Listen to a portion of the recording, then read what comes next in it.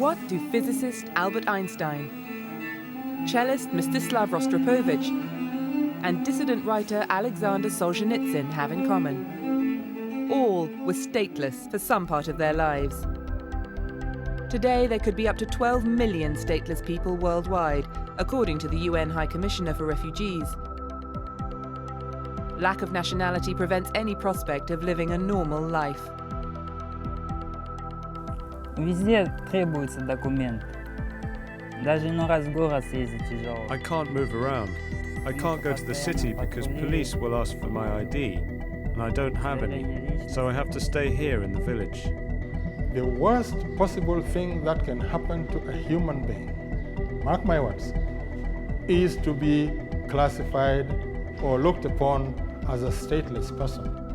My grandfather lived here. My parents are living here. And I know I will live here, and my children and my grandchildren will live here. It's a question of human rights. It's a psychological question, a question of exclusion. And so I do believe it's absolutely essential to overcome this problem that is today still so relevant in international relations.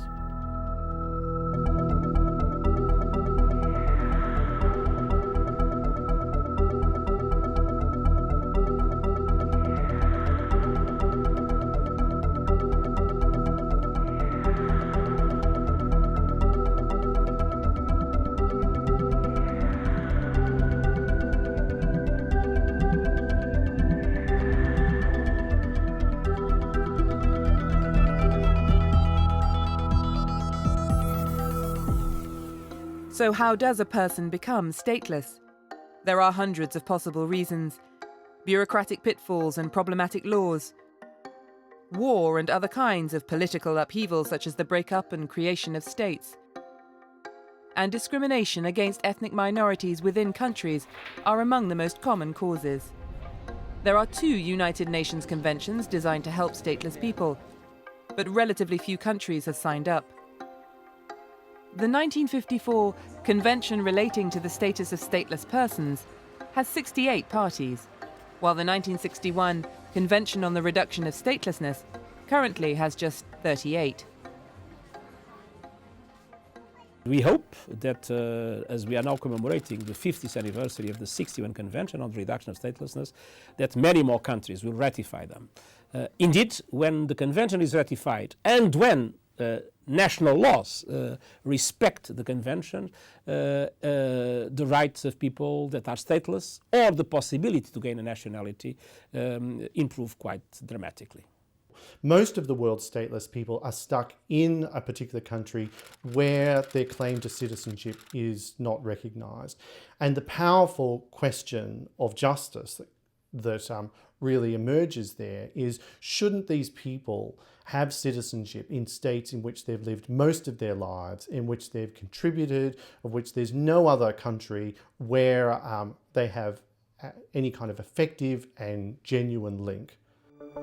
In this program, we go to Africa, Asia, Europe, and the Pacific to look at how people fall through the cracks and find themselves stateless.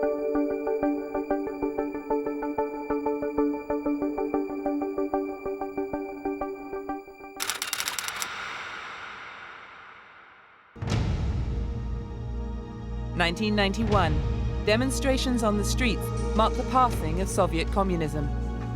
With the collapse of the Soviet Union, the territory split into separate sovereign states, and millions of ex-Soviet citizens suddenly found themselves stateless. The government of the new Kyrgyz Republic enacted laws allowing people to convert their old Soviet passports. But many people did not meet the new criteria for citizenship because they failed to get their Soviet passports stamped as proof of their residence in the country at the time of independence. Others refused to trade in their papers out of pride in their old Soviet identity.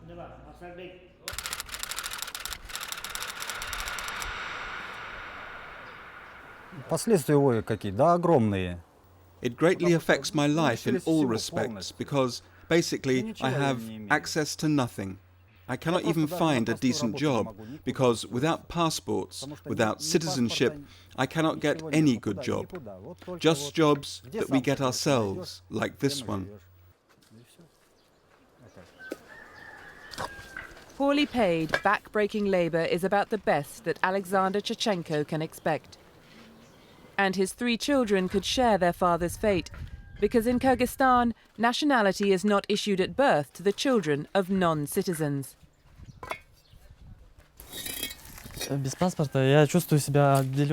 I am without nationality. All my friends, all my classmates, they've already got their passports. I graduated school this year, and I feel really deprived. I feel like I'm not part of the society, and this is very humiliating.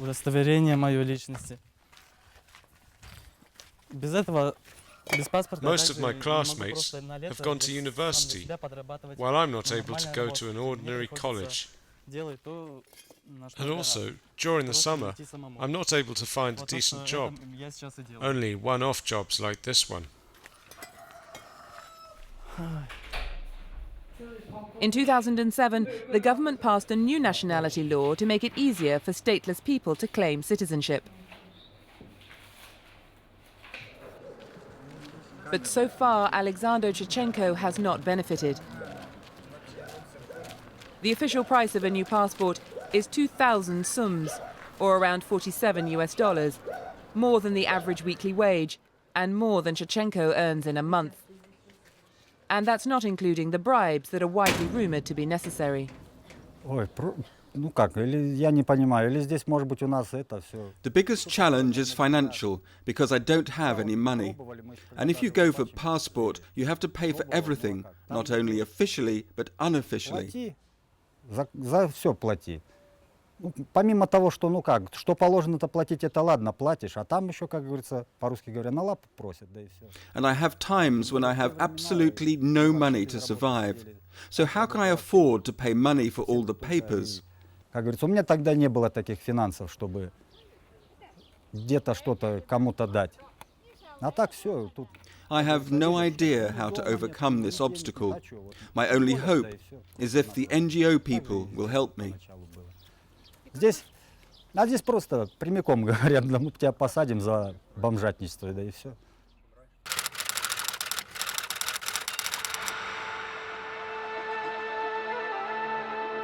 Market day in the southern city of Osh. Kulmira Abdikajirova works as a toilet attendant just beside the stalls. Since she and her husband lost their passports when their house burned down, they've had problems proving their citizenship.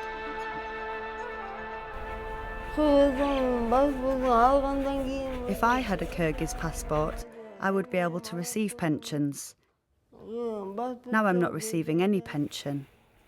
It's been 3 years since I got my pension last time. I'm having difficulties. I don't have anything.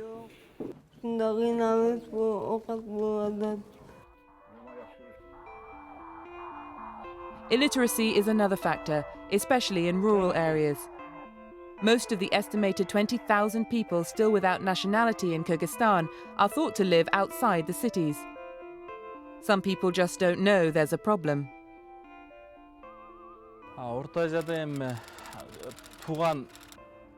Before the collapse of the Soviet Union, all the people in this area lived as one community. And though the Soviet Union disappeared and became countries such as Kyrgyzstan, Tajikistan, Uzbekistan, people still do not recognize separate countries, and they think this is one community. Maksabet Jarokulov works for Fergana Valley Lawyers Without Borders, an NGO that sends teams into the countryside to identify stateless people. The mobile unit arrives in the village of Kashka Kishtak. A queue of people soon gathers.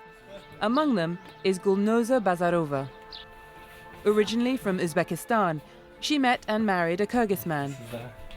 He doesn't have a passport either, so the entire family is stateless.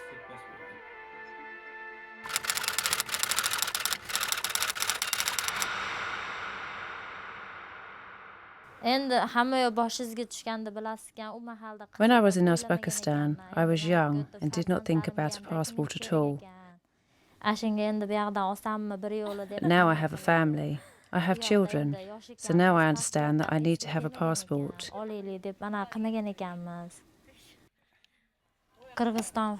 If I had citizenship, I could get married officially. I could get birth certificates for my children. I could start voting.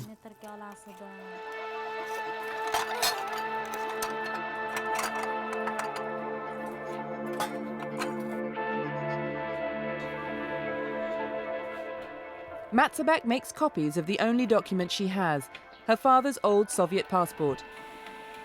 It's not much to go on, but Matsabek and his colleagues have become adept at finding their way through bureaucratic procedures. Since it started in April 2011, the team has already helped 76 people to become citizens. And they're one of several NGOs working on this issue throughout the country.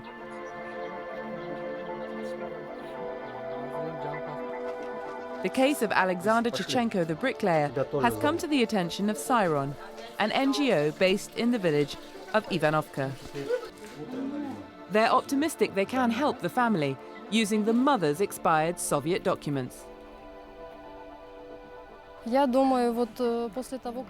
think our NGO can first of all help the mother to get a passport, and afterwards the mother can get passports for the children. Then we'll see the younger son, Ivan, how bright he is. His brother and his sister, they will all get passports. And then Ivan can go to university, he can get a better job, and he can support his parents.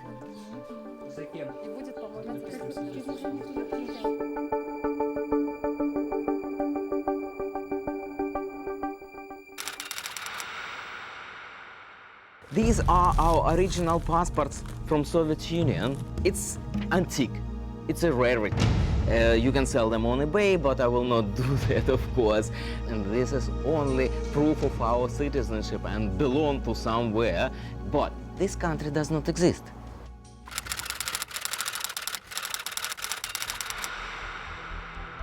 Igor and Galina Skrievsky were also made stateless by the collapse of the Soviet Union. Their case came to our attention via the UN High Commission for Refugees. For the past 4 years, the Skrievskys have lived in various holding camps in the Netherlands, unable to return either to their homeland of Ukraine or their adopted home, the United States. The Skrievskys claim their descent into statelessness began in the 1980s, when the KGB asked Igor to inform on fellow students. When I was a medical student, the KGB forced me to give them information on some foreign students. They started to ask to give information on Soviet citizens, especially who are my friends or who I know personally people. I said no. In June of '89, they beat me up very bad, and I ended up in coma for 4 weeks and in hospital bed for 2 months. And basically, after I recovered, I said, why are we still here? We have to run away, because next time they will make us dead. The Skrievskys managed to get separate visas to the US, where they applied for political asylum on the grounds of persecution in the Soviet Union. They grant us permission, temporary stay in the United States, they grant us permission to work, and they forgot about us. They left us alone for 5 years. It's no such a thing as a refugee camp in the United States. You go and you live on your own. So we went alone, we rented an apartment, we got a job, and we built our life. Igor passed the tests, allowing him to practice as a doctor. Galina worked first as a dressmaker, then as a potter. Their hard work paid off. They ended up owning 3 houses. But as the Skrievskys were to find out, their version of the American dream had a time limit. Meanwhile, the Soviet Union was collapsing. We had small TV, no Russian TV, only American channels at that time. And they show a few images like a coup in Moscow and dead bodies, someone is firing the guns. What happened in other republics, we did not know, really we didn't know. Until 95 or 96, I still was writing some letters back to the Soviet Union, and it was going to the right address. At the moment Soviet Union dissolved and disappeared, it just left us without citizenship. We did not worry about that at that time. We did not know really consequences of this situation.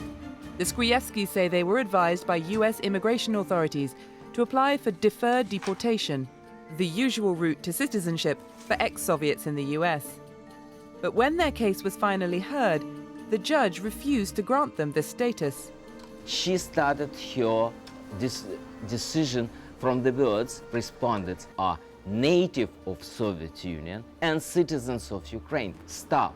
It's not true. It's not correct. We've never been citizens of Ukraine, and based on assumption what we're citizenship of Ukraine, incorrect assumption, she rejected our application for this status. They automatically rejected our appeal, and nobody touched us for 4 more years until 2006. We got knocking in our door in our house in Brooklyn in the middle of the night, 3 o'clock. It was a police. I come down in my pajamas downstairs and they said, oh, it's a police, it's immigration police. Where is your passport? I told them my passport is in the safe. He said, open the safe. I said, no, you don't have the search warrant. So one of the guys took the gun, put it between my husband's shoulder blades and said, yeah, you will open the safe for me. So they arrested us, they put us in jail for 90 days, mandatory 90 days for immigration violation. After we're released, we have to report each month. And we did it in March, in April, and on May 21st, they showed us fake Ukrainian documents, and they told us you will be deported immediately. You cannot deport people with fake documents, and especially fabricated in the United States of America. Nobody can believe that, but this is truth. It says we're citizens of Ukraine, it's already recognized as unlawful. Our names is spelled incorrectly on these documents, and this is the only basis for our deportation from United States. The US authorities put the Skrievskis on a plane via Amsterdam to Kiev, capital of Ukraine, where they were refused admission and detained in custody. The Ukrainian courts ruled that the couple were not Ukrainians and should be returned to the United States. They sent them back to Amsterdam, but the Dutch authorities refused to let them fly on to America because they had no valid visas. After a year of legal wrangling in the Netherlands, it was a case of déjà vu for the Skrievskis. After 1 year of the procedures which moved nowhere, they fabricate false documents and transport us, deport us to Ukraine one more time, because one wasn't enough. The same day, we was back on a plane to Netherlands because Ukrainian bodyguards clearly told them that we are not citizens of Ukraine. When we came back to Holland, we lived 1 month in one prison, 1 week in another prison, 4 days in another prison, and after they just push us on the streets and you can go whatever you want. After 2 months on the streets, the Skrievskis found a place in a refugee center. They're given a small allowance for food and other necessities and permitted to come and go more or less as they please.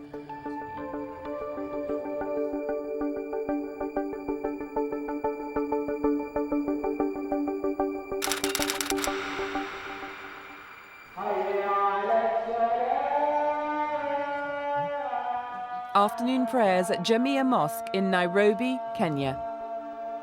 The mosque serves Nairobi's Nubian community. They've worshipped on this site for 4 generations. Originally from Sudan, the Nubians came to Kenya as part of the British colonial army. The British gave a group of demobilized Nubian soldiers over 2,000 hectares of pristine Kenyan forest. The settlers called it Kibra, the Nubian word for jungle. Every single one of these old men was in the King's African Rifle. And the records are there for everybody to see. That's one thing about the British. They can keep records. Issa Abdul Faraj is chairman of the Kenyan Nubian Council of Elders. He blames the British for sowing the seeds of his community's predicament. The British did not exercise duty of care. This is where the British government failed us, or failed the Nubians really badly. We were left to our own devices. The post-independent governments, resorted to tribalism, the concept of divide and rule came in, and the Nubians suffered greatly.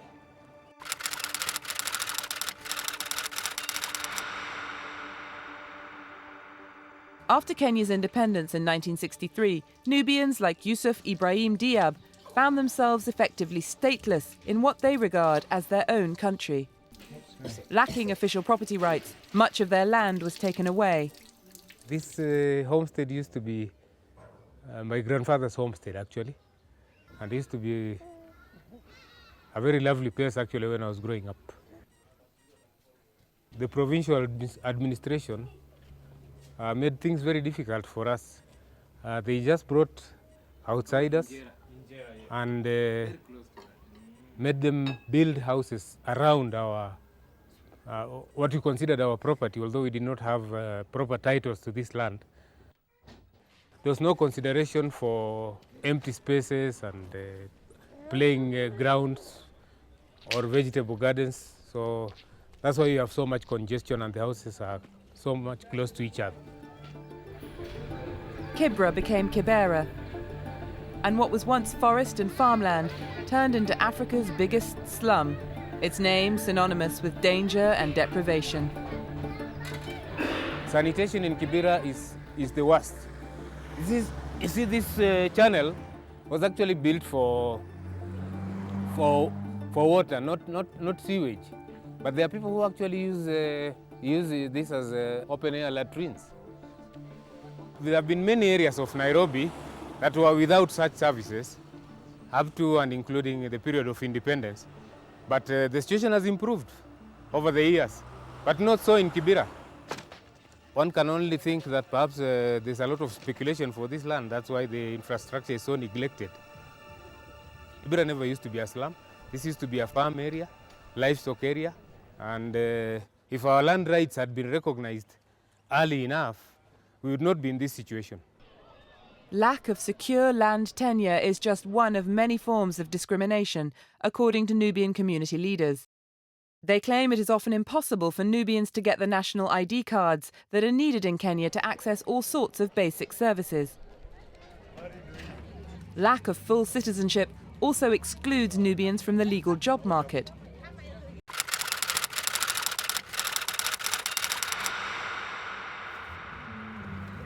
Haron Muhyiddin makes a hand-to-mouth living as a charcoal seller. Once, he had bigger ambitions.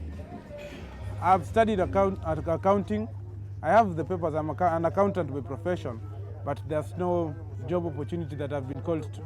If you go to the big offices and stuff with your CVs and documents, they start by the tribes. Being a Nubian is a minority in Kenya, so mostly you will not get the job opportunity needed. But as the time went by, I started this charcoal business because of the lack of jobs, and my ID had delayed for almost 2 years to be processed. So given that period of time, I did not have any other way to get an income. In this situation you're living in Kibera, there are around like 3 choices.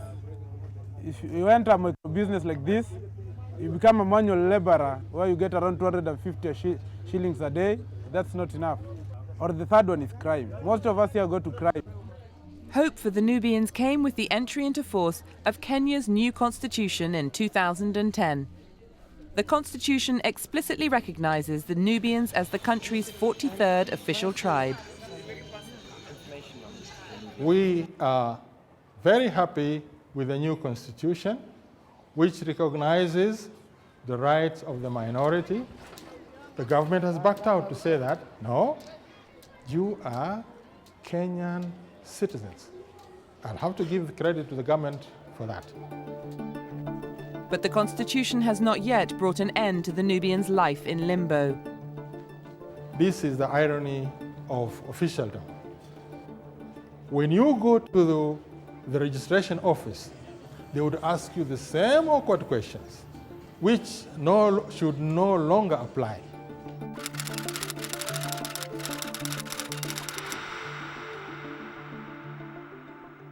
If you go to apply for an ID, you have to bring your parents' birth certificate, your grandparents' birth certificate or death certificate, and those times they didn't have those things, you know. So I'm like, where will I get it now? 18-year-old Nabruka Sebit spends her days at home helping her mother with domestic chores. I went to primary school, I went to secondary school, and right now I missed my opportunity for getting a scholarship because I didn't have an ID card.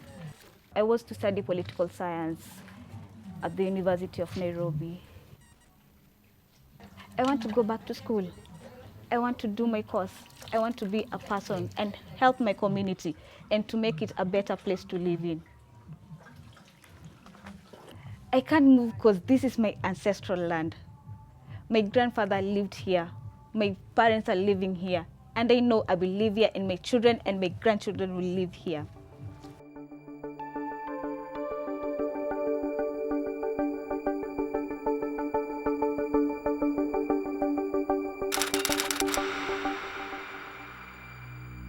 On August 15, 1947, British-governed India was split along religious lines into the majority Hindu Union of India and the majority Muslim Dominion of Pakistan.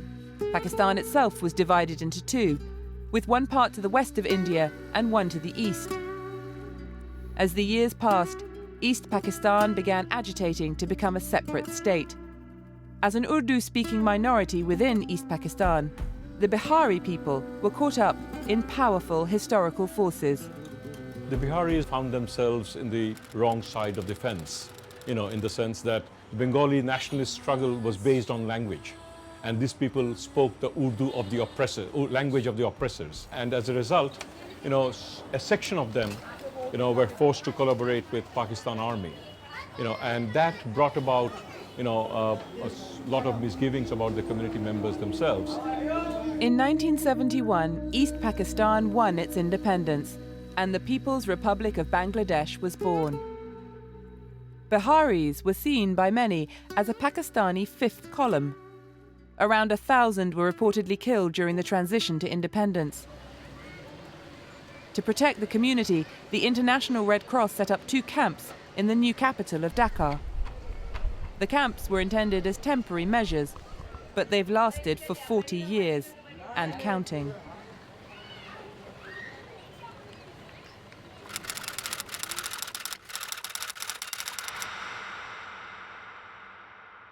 This is Geneva camp where Urdu-speaking linguistic minority are living. This camp is located in the heart of Dhaka city. So Bangladesh didn't recognize this community as her citizen. Pakistan already categorically said it is not our people. So they started to live as a stateless people. Being an inhabitant of Geneva camp, it is really very hard life there. Because if I wanted to get public primary or public secondary examination, it was very difficult for me. People of the outside of my neighbor do not see me as a good, in a good eyes. They always neglected us that this is camp people, so they are rubbish, they are living in a dirty place. For the last 40 years, they have been virtual stateless people. Although they were entitled to citizenship, the judiciary have been consistent in emphasizing that they have never forfeited to be Bangladeshi. But the executive arm of the state denied them to be Bangladeshis and always harped that they're stranded Pakistanis. And to be fair, a section of the community also considered themselves to be stranded Pakistanis. And all these things combining together led to problem with regard to the identity. In 2003, a group of 10 prominent Biharis filed a writ to the High Court asking for full rights of citizenship.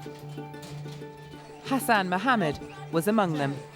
When we claimed that here, yes, we are Bangladeshi and we have every right mentioned in the constitution, and we filed a petition to the High Court of Bangladesh under the Supreme Court, and in 2003 we got verdict in favor of us. The court says that yes, you are Bangladeshi and you have all rights to enjoy, granted under the Constitution, and you have right to enlist your name in the voter list. And that is a, breakthrough for the community. But the common people is still, confused about their status, that whether they identified themselves as Bangladeshi, they are living like they are people of nowhere. Despite the 2003 verdict and a subsequent landmark ruling of 2008 explicitly affirming the citizenship of Biharis, most still live together in the camps. Water and electricity are laid on by the state, but residents say they are still treated as second-class citizens.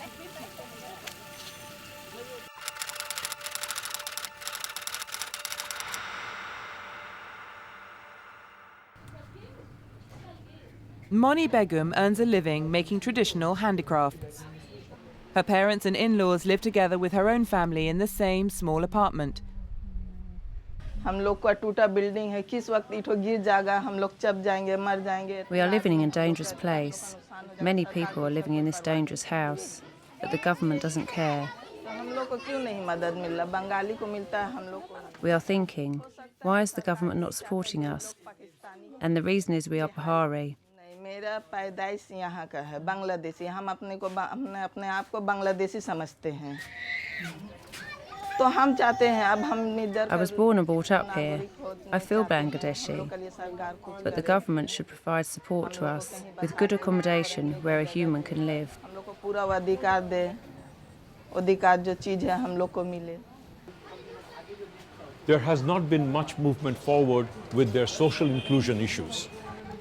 No programs have been made with regard to their education, shelter, livelihood opportunities. No affirmative actions have been taken. These people are still discriminated in when they apply for jobs. If they apply for passports, issuance of passports are sometimes denied. So these problems still persist. The initial hostility is gone, but to embrace them as equals, I think that's a far way to go.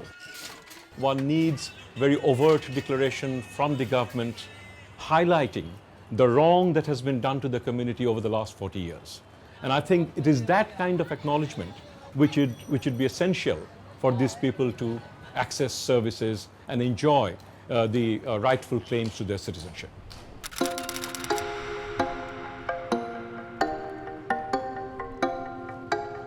Cox's Bazar in eastern Bangladesh, named after a British officer who was sent to resettle Muslim refugees.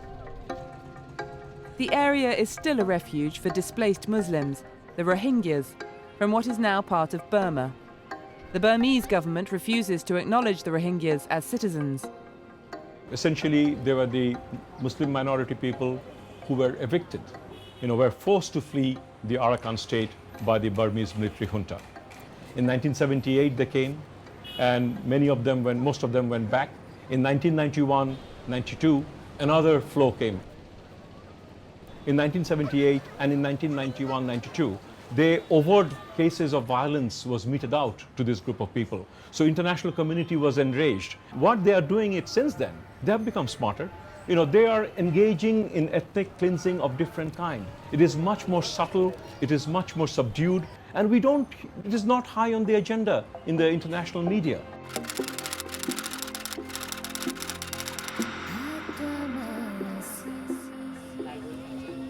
Kifayet Ullah is one of the 250,000 Rohingyas, a third of their population, who fled into Bangladesh in the early 1990s.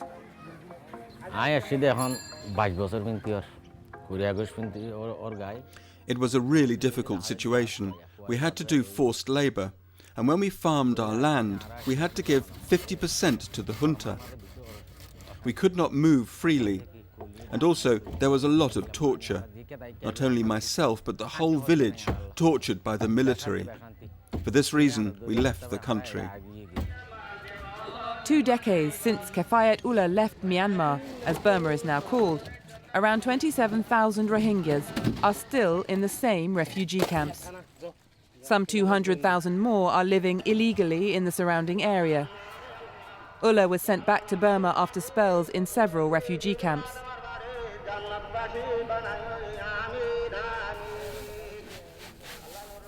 Like many Rohingyas in the Cox's Bazar area, Ullah now works as a fisherman.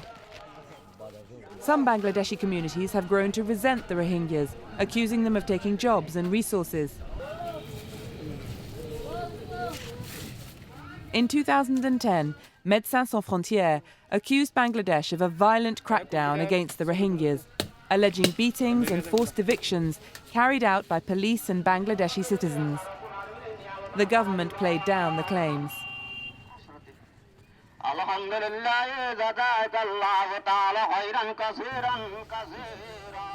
Kabir Ahmed, who owns a prawn farming business, says he welcomes the Rohingyas, though perhaps not for the noblest of reasons.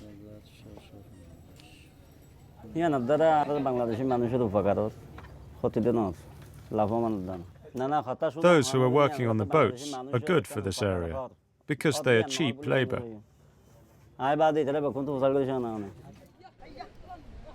As illegal immigrants, the Rohingyas have little access to basic services such as healthcare or the justice system.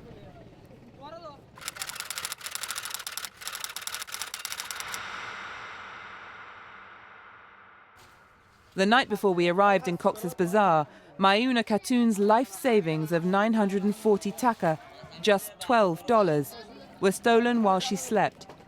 But she sees no point in going to the police. The police will not take care of us unless we give them 2,000 taka. Then, maybe.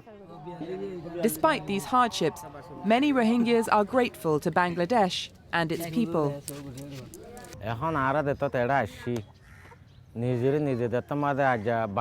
I have no ill feelings. We are surviving in this country. We are getting food, so we like it in Bangladesh.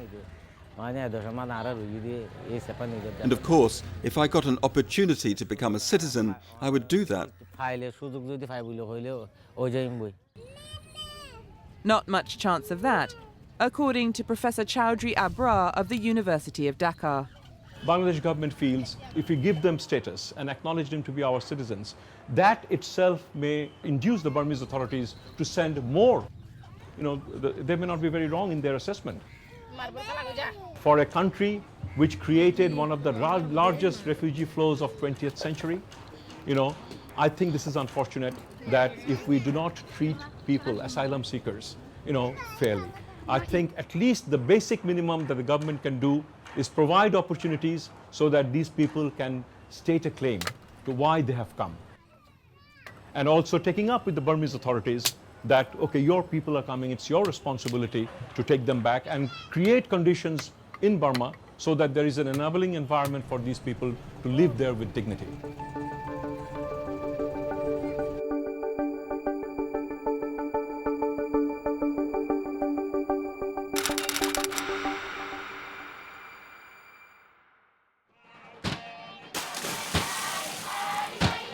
On the island of Kiribati in the South Pacific, there are no climate change skeptics.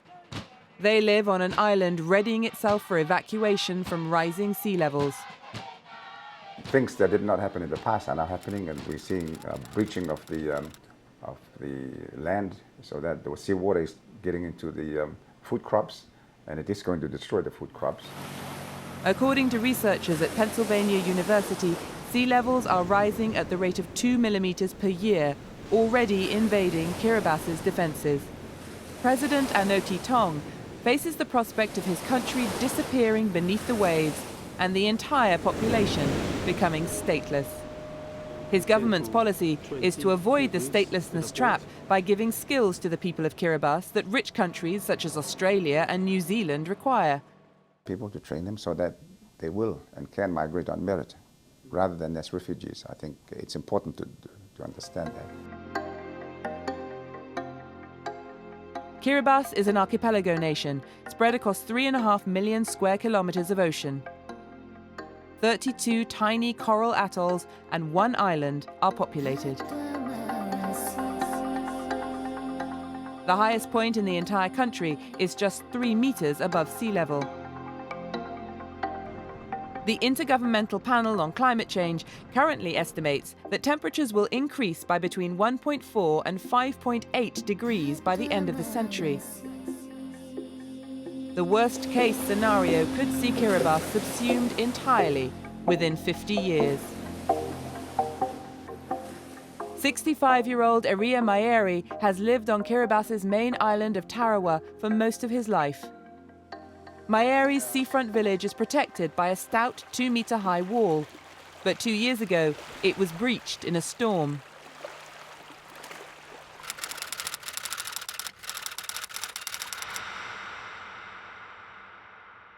We never have this kind of problem, say, 30 or 40 years ago. But now we know that there is a good sign that the water is gradually coming up in height, and people are getting worried. And this is where we have the broken seawall, and it just let the water comes in. As you can see now, it's nothing but a big channel now here. This was torn out 2 years ago, and it used to be houses all across to the other end. But now it's no more houses. This family here, they're gone out. But as you can see now, there's nothing but a big channel of seawater comes in. Our only hope is the good Lord. What can the good Lord help us in this situation? Building higher and stronger seawalls is the first defence. With limited resources, the priority is protecting key infrastructure. This wall is under construction to protect Tarawa's airport. But most villages have been left to build their own seawalls, some more successfully than others. With no uniform standards, one weak link can mean inundation for all. Already the lowest lying outer islands are becoming uninhabitable. Displaced people are flocking to the main island of Tarawa, already crowded with economic migrants. Population density in the southern part of the island is 10,000 per square kilometre, one of the highest in the world.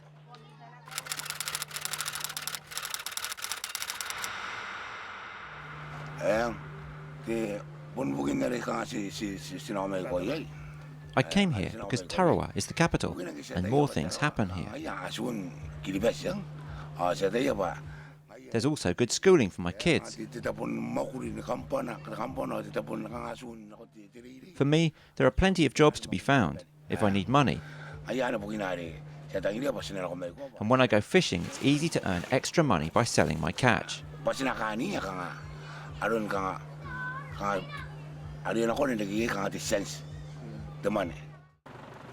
The influx of migrants is putting ever more strain on Tarawa's services.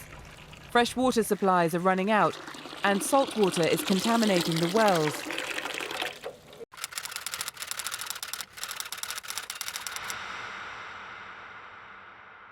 Pelenisi Alofa runs the Kiribati Climate Activities Network, a local NGO. The problem that we're facing now is the contamination. We have to make sure that our water doesn't get contaminated. And we make sure the bathroom is not close to the well. We make sure that the rubbish is not dumped in the soil around the well. Now with the climate change, the contamination comes from the rising of the sea. When it's high tide, this well water becomes salty. It is saltier than it should be. Most wells can no longer be used for drinking water, so the government has provided a piped supply, but this too is under strain. And you are supposed to be collecting this. You have a bucket, clean bucket, to collect, and it's on for about 1 hour every second day, and it fills up like 2 big containers. If we have 5 other people in this family, that bucket, those 2 buckets of water won't be enough. Tarawa is at breaking point, but there's nowhere else for the people of Kiribati to go. Most countries, they think, oh, you can move back. But they've got mountains behind them. We don't have that. And we keep moving back, we fall off on the other end. President Tong has had to think the unthinkable and prepare for the evacuation of the entire population. To prepare for a mass exodus, the government is diverting scarce resources to train its people in the type of skills that other countries need. Kautuna Kaitara runs Kiribati's climate adaptation program, set up in 2005. We like to have the people who are educated and can mix in the new environment. They are going to perhaps in New Zealand, Australia. I know they have to be qualified and they can enter the workforce and not be regarded as second-class refugees because of the effect of climate change. We don't want to be climate change refugees. So we want to migrate with dignity. The Kiribati Marine Training Centre is part of the programme. The centre trains some 70 recruits per year in skills needed for work at sea. This is the bridge simulator. This is where the trainees have opportunities to learn how to do steering and navigation. So if we turn to 20 degrees, Over half the centre's graduates find work at sea, but the skills taught at the centre are also valued by businesses on land. Kiribati Hospital, the only one in the country, is also contributing to the adaptation programme. Here, a new training regime ensures nurses have the same qualifications as those trained in New Zealand. After 3 years, they will achieve their diploma in nursing and they can work in Kiribati. And if they wish to migrate to New Zealand or to Fiji within the region or to Australia, there is no problem with their qualification. They are up to that level and they will have no problem when they migrate. President Tong hopes training programs like these will prevent statelessness by smoothing the path of migrants to other countries around the Pacific Rim. The alternative would be to build permanent defences capable of keeping the sea out for good. But the cost of such a program is far beyond the reach of this tiny island nation. We would like to think and to believe that we can still remain in these islands for many, many decades to come. But at the rate things are happening, it can only happen with a very, very serious amount of resources being put in, resources which we don't have.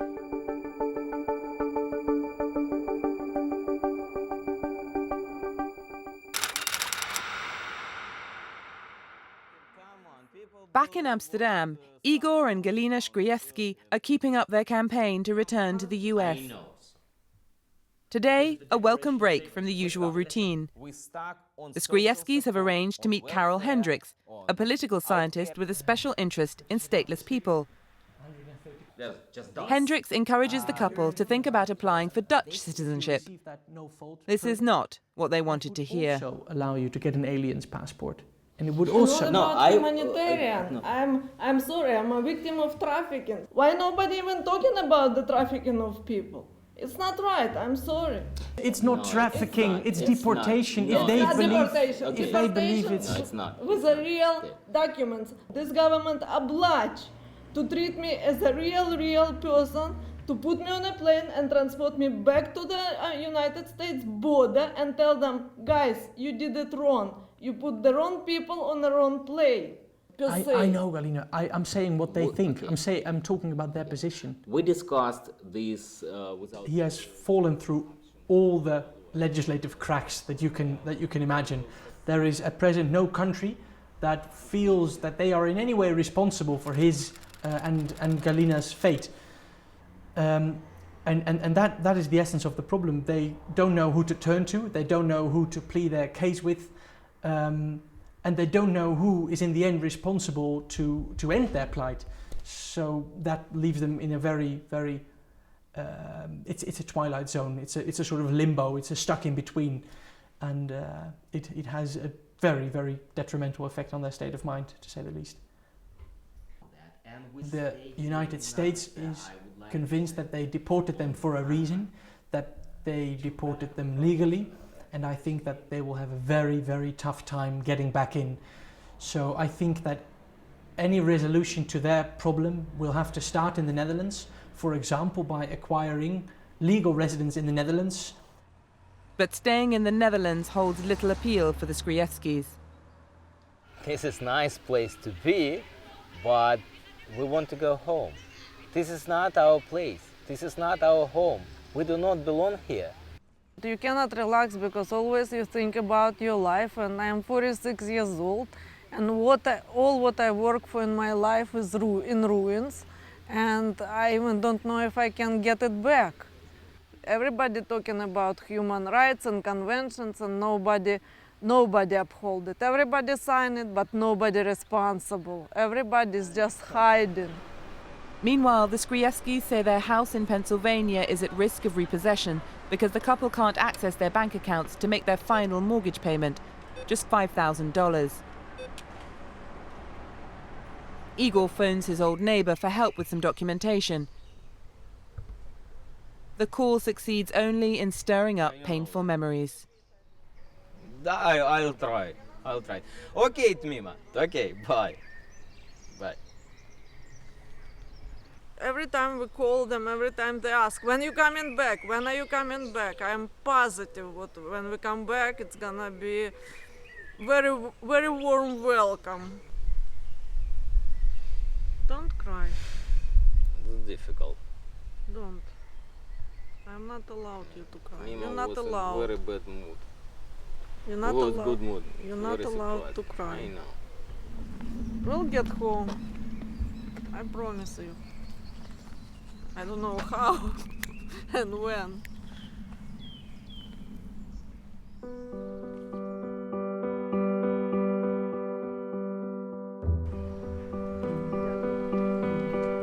Well, everybody should have a nationality.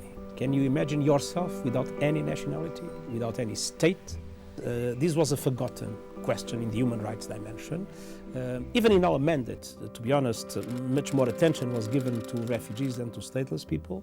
So I hope that with more awareness being raised and with more commitment from member states and the understanding that indeed it is good for nobody to have stateless people in a country, I strongly hope that we will witness meaningful progress in the near future.